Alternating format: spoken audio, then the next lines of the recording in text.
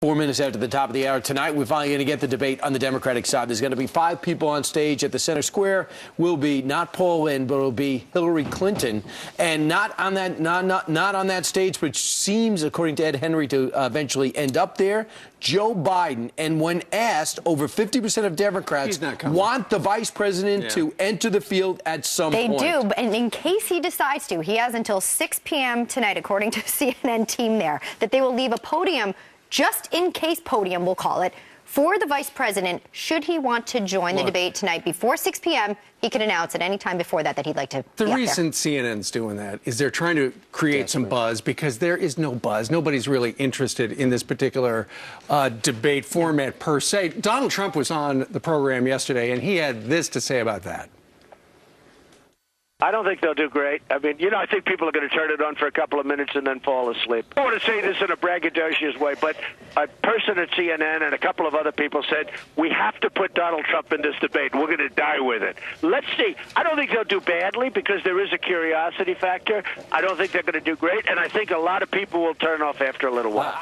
Well, here's the thing. The big question is, will CNN challenge the Democrats the way that CNN challenged the Republicans, and Fox challenged the Republicans as well?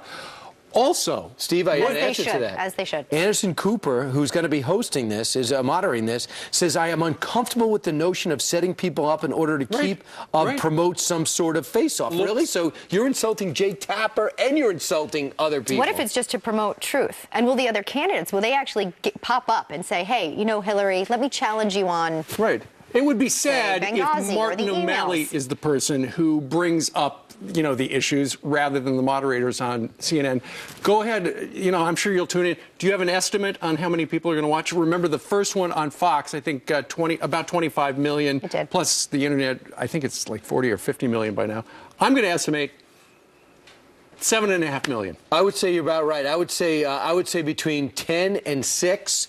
But I will say this, it'll be higher in the beginning, and I think Steve Schmidt's quote really stands up here. He's the guy that helped John McCain. He said the country's not yet had an opportunity to see the current field of Dems all on the same stage. Certainly there's a likelihood that the weakness of the field will become more apparent than they are today. So you'll see that there's that's good for Biden then. You've got Governor Lincoln Chafee there, Senator Jim Webb, Martin O'Malley, as you said, former governor there of Maryland for 8 years, Bernie Sanders, the socialist, and in center stage, Hillary Clinton. And he's been doing the phenom. He's been an unbelievable story. Absolutely. So let's see him all. This is a bigger stage than he's had yet. Let's see how socialistic he is tonight.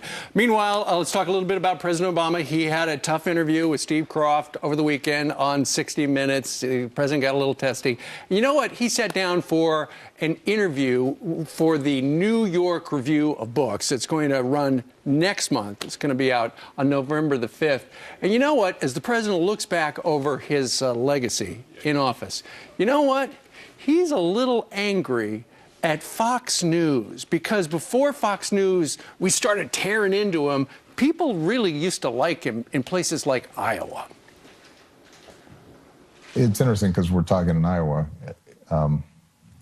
People always, I think, were surprised about me connecting with folks in small-town Iowa. And the reason I did was, first of all, I had the benefit that at the time, nobody expected me to win. And so I wasn't viewed through this prism of Fox News and conservative media and making me scary. So interesting, because I remember distinctly and clearly Senator Hillary Clinton complaining that the press is much harder on her than Barack Obama. And Saturday Night Live did a whole skit on that, doing the debate that Hillary was saying, I got harder questions, and I always got the first question. So if you're asking, wait a second, is Fox News responsible for President Obama seeming scary? Is Fox News to blame? Well, Newt Gingrich says, no, Fox isn't responsible, but guess who is?